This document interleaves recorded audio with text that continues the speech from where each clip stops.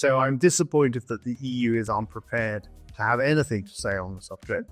I congratulate the Hungarians for having a government that actually takes it seriously, and I think Hungary is a model for a government that takes it seriously and is doing things about it, investing heavily in it, because it realizes that however much it costs to support families today, if you don't have families, if you don't have children, there will be no economy at all tomorrow. Welcome everyone. You are listening to the new Carry the Fire podcast episode. My name is Georgina Kiss-Kozma. In today's episode, we are going to talk about demography. I'm delighted to have Paul Morland, the UK's leading demographer, author, and broadcaster who writes and speaks about population and the demographic trends across the world. He has written 4 books and his work has been translated into 9 languages. Thank you for accepting my invitation. Thank you for inviting me. Let's start with a simple but provocative question. Why is it important to talk about demographic issues? Why is it important to write a book about it? After all, children have been born before, and the chances are good that they will continue to have children. It's true that there are fewer today, but that also has advantages, for example, that we have more space, we don't burden the planet. Many people have already asked whether it is okay to have children in times of climate change. So first of all, let me answer why we generally should be talking about demography and why it's an interesting and important topic. And then let me answer the specific question about why we need to talk about the need for more children. In other words, let me start with my first 3 books and then let me talk a little bit about the 4th one. Generally, I think demography is a hugely powerful tool for understanding world history and for understanding the contemporary world. And that's the basis of my writing before the current book. I think it's a tool for understanding history and the contemporary world that has been underutilized. I think if we understand, for example, the population explosion in the United Kingdom in the 19th century, the first country really to escape from what we call the Malthusian constraints, then we can understand the rise of the British Empire much better. Without that huge surplus population, Britain could not have populated California or Australia. I say California through the population explosion, much of which ended up in the United States. The United States was experiencing a similar population explosion. If we don't understand the rise of populations in Germany, we can't understand the predominance of Germany, particularly in the Franco-Prussian War. If we don't understand the paranoia of the French after the Franco-Prussian War, we can't understand European geopolitics leading to the First World War. I could go on and on. If we don't understand the rise and decline of the Japanese population, we don't understand the Japanese economy and its growth and then its relative decline. So my basic argument is that we need to understand these things to understand the past.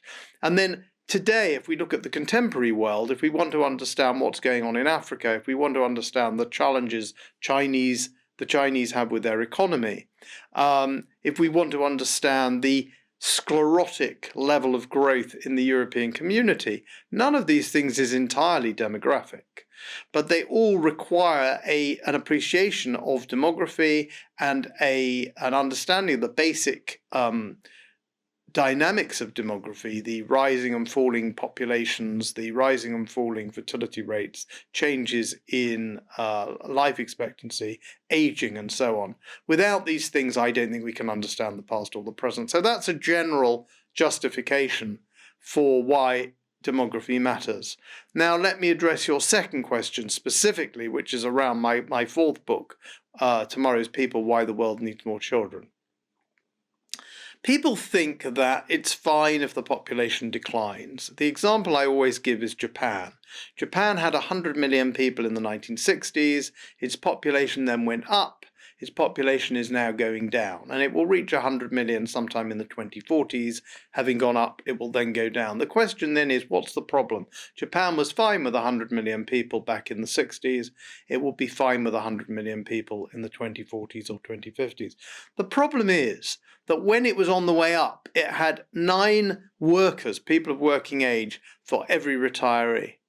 back in the 60s. When it's on the way down, it will have barely one worker for every retiree. It's not the absolute number of people, it's the structure of population.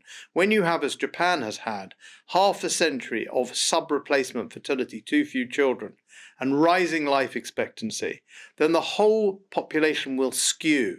We've never seen societies like this, and it's not just Japan. Japan is interesting because it's ahead of the rest of us.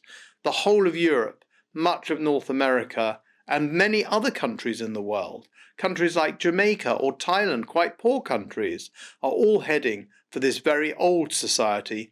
Long life, many old people is a wonderful thing, but it can't be supported unless we have the children today who will be the workforce tomorrow. So that's one angle of why this really matters for the world. Japan is just an example. Then you have the issue that many people want children and are not having them. Lots of reasons for that. But if people say they want 2 to 3 and they're only having 1 to 2, there are many sad stories there of people who would like to have children and who have none, or who have 1 and who would like more. So it's important because it's actually a human aspiration to create the next generation. It's a human aspiration to have offspring. And people are somehow being blocked from doing that, whether it's economic or cultural or environmental. So I think it's worth looking at simply because people's aspirations and hopes are not being met. Specifically to answer your environmental question, there are a couple of responses to this. First of all, people say they won't have children because of the environment, and yet they consume the labour of others. They expect a bus driver when they want the bus, they expect a doctor in the hospital, a nurse, they expect the supermarket to function, the food to be grown and provided. So they consume the labour of others.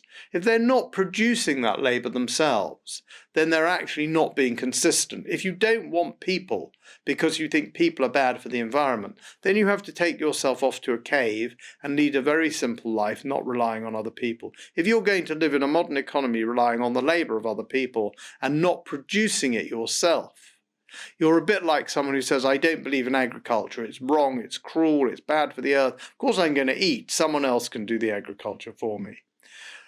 So there is a whole range of reasons why it matters, why population matters, demography matters, and why we will not have a human future if we don't create that human future through having our own offspring. According to the latest calculations by the United Nations, the world's population will continue to grow until the end of the century and will only peak in 2084. Why should we be worried? Again, there are a whole level of answers to that. The first is that the UN, I respect the UN and it's very useful, but the UN tends to be lagging behind the forward in population, the forward in fertility rates. So they were saying if population would carry on growing until the end of the century, now they're saying the 2080s, who knows what the actual truth will be. But I suspect the UN is underestimating the fall in fertility and therefore globally, and therefore the date at which this global population will decline. Secondly, we build up the problem and we do nothing about it for decades, and then it will take a long time to turn it around. So Britain, we went below replacement fertility in 1972, I think, 73. Only now do we have more deaths than births. So now we have an organic natural decline in our population in Britain. It takes a long time to work through, but then when you try and reverse it, it will take decades. We'll have lots of old people in the category of the age of dying. We'll have too few young women having children. So even if they have a higher fertility rate, we'll still have population decline for decades. So we need to think about this and plan it well ahead. But the third thing, which I think is the most important, is that we don't live at the global level. We live in nations, we live in families, we live in communities, we live in societies, we live in nations. The nation state exists. That's the level at which people are taxed. It's the level at which welfare is provided. It's the level at which people tell their national story. And to say simply the global population won't start declining for decades is not an adequate answer to Koreans who say each cohort of Koreans is 1/3 of the size of the next. So in two cohorts, in 2 generations, you lose 85% of your population or more, And don't worry, Koreans, because the population's growing in Burundi or in Angola. It's no answer to people in Hungary to say, yes, you've got a declining population, but the population is still growing in Afghanistan. So globally, we don't yet have a problem. So the fact is that people live in nation states. They think of their existence within the context of the nation. And even if you're not a nationalist, but you simply believe in the welfare state, a state that taxes and redistributes, this happens at the level of the nation. And already, decades before the UN thinks we're going to have global population decline, we see population decline and demographic challenges in many nations. So I think it's the point for the nations to start considering this and start doing something about it, and not simply to say somewhere else on the planet, someone's having children, so I don't need to worry about it. In your book, you describe the 3 stages of population decline. Please help us to understand what these stages are and what happens to the population in these stages, and how do you think it is possible to return from the second or third stages to the first? Is there a realistic chance that Japan, South Korea, Italy, or Germany, for example, can achieve this? The point of talking about stages for people to realize that it takes a long time for this problem to build up and express itself in population decline, but long before it does that, the problem is in the works. So stage 1 is when couples have less than 2 children, and probably a little above 2 because of infant mortality rates, but very few people die before they've completed their fertility in developed countries and in many non-developed countries. So because we all survive now through our fertile years, or the vast majority of us do, a fertility rate of 2 is reasonable. Once you go below that, you're building in population decline, but it takes generations for that to happen. So stage 1 is you don't have enough babies per woman, but you're still having quite a lot of babies and not losing many people through death because you have a normal population pyramid because of past population growth and high fertility. So stage 1 is what we call sub-replacement fertility. Phase 2 is you have mass immigration to cover up your fundamental loss of population. Some countries go through phase 2, some countries don't. For various reasons, some countries don't want immigration. Immigrants are far more attracted, say, to the United Kingdom, where we speak English and we traditionally have a high standard of living, than they are, say, to China, where the standard of living is lower and the language isn't spoken and the culture not understood in high fertility countries in sub-Saharan Africa, say. So stage 2 is you cover this loss of population, where you are now at a point where you're having more deaths than births by mass immigration. So in Britain, we went into phase 1 in the early 70s. We're now in phase 2. We're now having more deaths than births, but we're having mass immigration to cover that up. Phase 3 is the ultimate phase where you move into population decline, either because the immigration is not high enough anymore or because you never had it.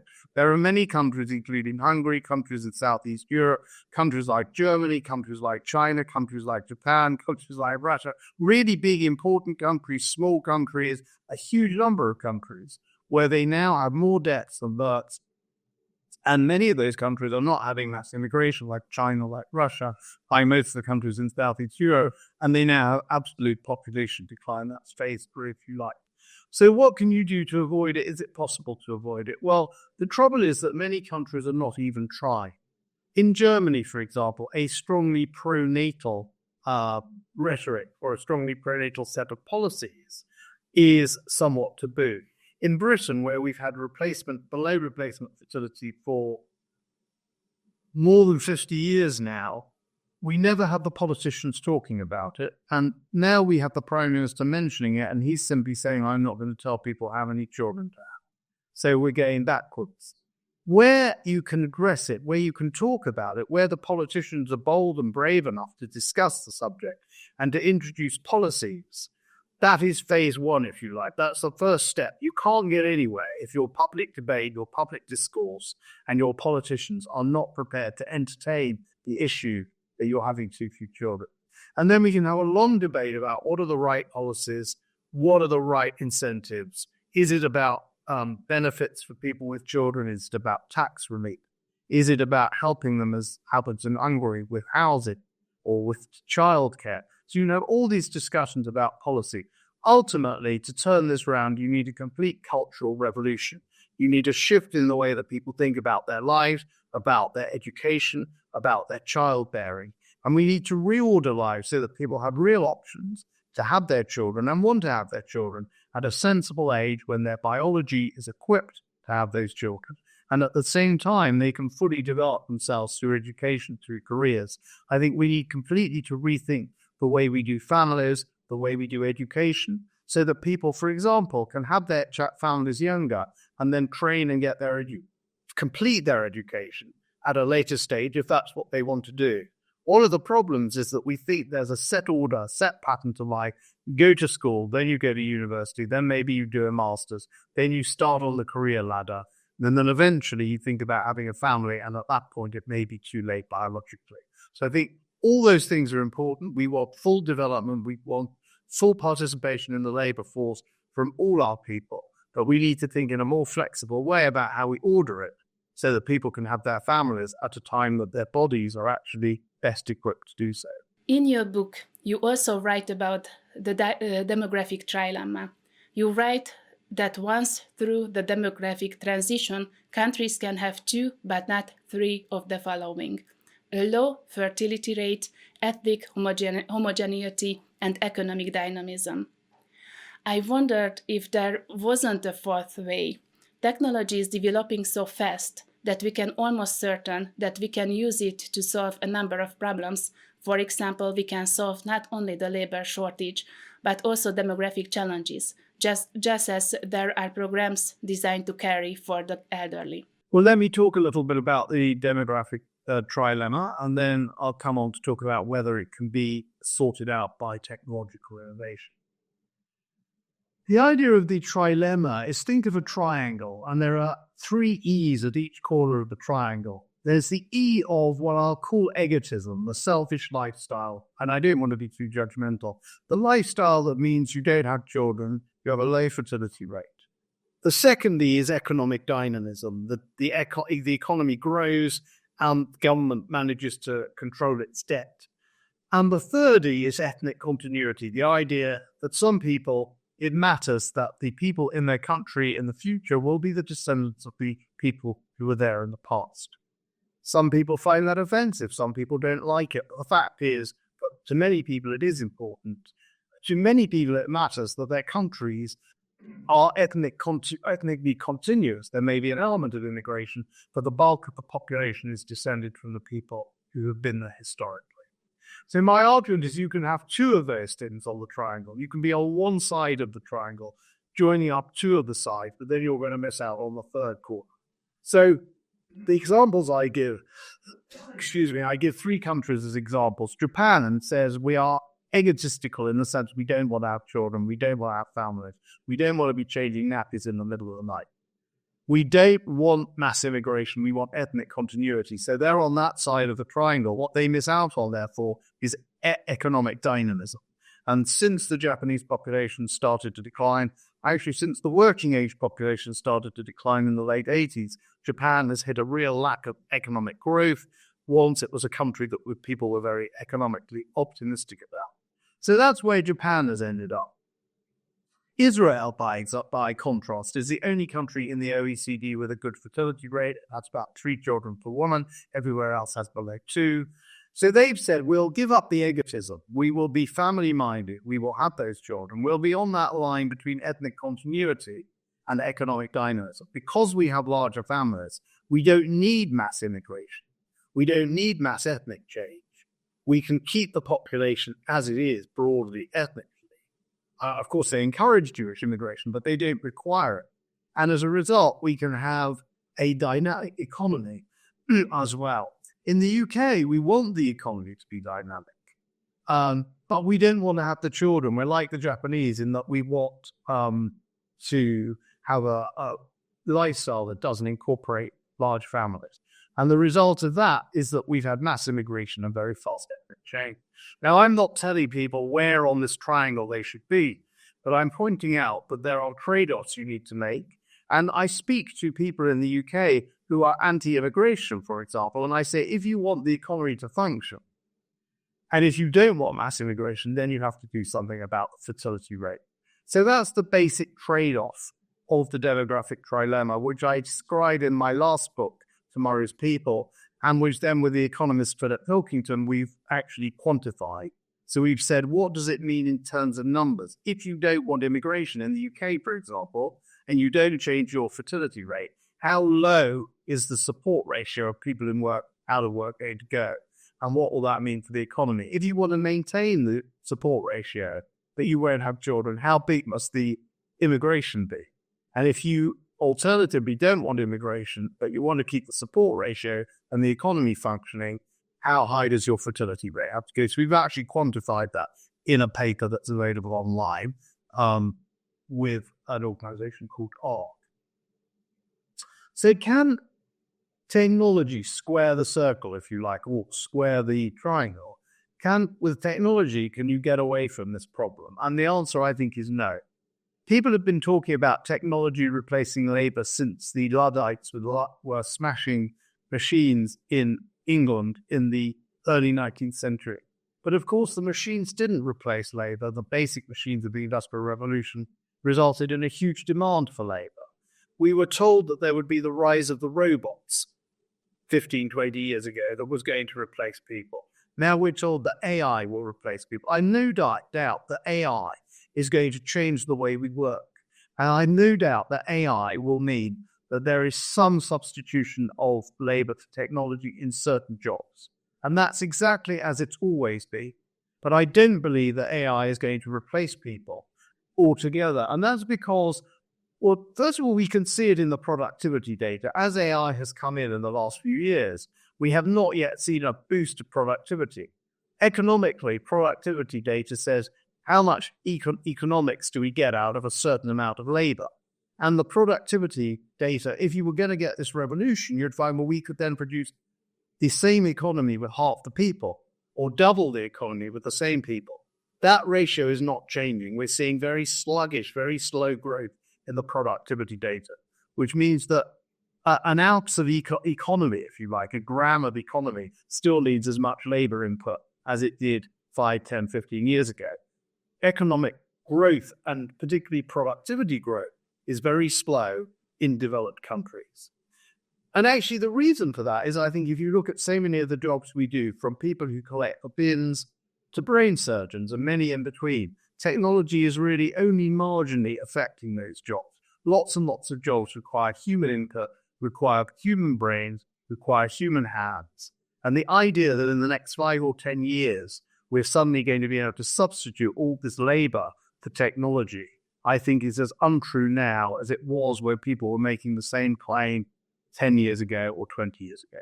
Recognizing this historical challenge, the Hungarian government chose a different way to tackle demographic problems after 2010, when it decided to build an innovative, comprehensive family support system and put families with children at the center of its future policy vision. The starting point for this family-oriented social policy is that a strong and competitive Europe can only be built on strong European nations, and this requires strong European families. As a result, family policy and the promotion of starting a family and having children has become very important in Hungary since 2010, and the Hungarian government has developed a rather complex family policy package which includes a number of concrete measures. To mention just a few, measures to support people who start a family and having children, such as the tax benefits for families and first-time married couples, measures to reconcile work and family life, such as a personal income tax exemption for mothers with 4 or more children, measures to promote home ownership for families, such as a home ownership grant, and measures to support vulnerable families, for example, improving the situation of single-parent families. So, what is your opinion about the Hungarian family policy? Well, I think it's worth saying that the EU itself, and you talked about the European level, has refused to take a view on this. Some countries in Europe, including and not exclusively Hungary, are prepared to talk about the subject. Even, for example, President Macron is prepared to talk about it. So it's not a right or a left issue. It should go across the political spectrum. The EU says it's not going to take a view, and I think that's disappointing because this is really a pan-European problem. The population of the EU will be declining without mass immigration, and there are more deaths than births in the EU every year. So many countries in the EU have got very serious demographic problems. I don't believe you'll ever have a dynamic, creative, and successful Europe without turning around this population decline. So I'm disappointed that the EU is unprepared to have anything to say on the subject. I congratulate the Hungarians for having a government that actually takes it seriously, and I think Hungary is a model for a government that takes it seriously and is doing things about it, investing heavily in it, because it realizes that however much it costs to support families today, if you don't have families, if you don't have children, there will be no economy at all tomorrow. And this is something which I think the finance ministries of many countries should understand, that we need to have an economy in the future. We're going to have children today. In terms of the specific policies of the Hungarian government, I think they are being experimental. They're trying different things. I think that's very important. And they have a rhetoric, they have a language of talking about the importance of this subject, which itself is very helpful. We know that the fertility rate in Hungary has increased since 20, 30 years ago. The increase has been modest. There's been a little bit of a retreat in the last year or two, probably to do with COVID and the economic problems around the war in Ukraine. But we have to see this as a long-term campaign. We have to see this as a long-term process. And every year we have to keep working at it. And I think the other thing is that it will never really work unless the culture changes. We need a culture among young people that starting families, having relationships, committing and bringing up children is the most exciting, wonderful thing you can do. The government policies, monetary policies, fiscal policies, incentives, taxations and benefits and loans are really important, but the government needs to be pushing at an open door and not a closed door. Whether that door is open or closed depends on the culture. Now, the government can to some extent affect culture. It can promote young families, the idea of young families. There's a publicity, and I don't want to call it propaganda, but there is the state is very happy in Britain, for example, to say that we must all accept multiculturalism, we must all accept gay marriage. There are a whole set of a range of things where the government has been ahead, if you like, of the public opinion. The end of the death penalty in the 1960s was very unpopular. The government said we've got to persuade the population to that. So the idea of the government persuading the population to do what it believes is the right thing and in favor of the long-term health of society is nothing new. It's not revolutionary. It's not sinister. The government just has to understand that this really is a big issue and it needs to help the society as a whole, not only with taxation of benefits policies, but also changing the mindset of people so that having children and having them at a relatively early age and having 2 or 3 as a norm, some people having 4 or more, some people will choose to have this. It's not about forcing people, but it is about creating the environment and the context in which people, whatever the policies of government are in terms of tax and benefits, people will choose and want to have more children. Mr. Morland, thank you for your thought-provoking answers and have a nice day, everyone.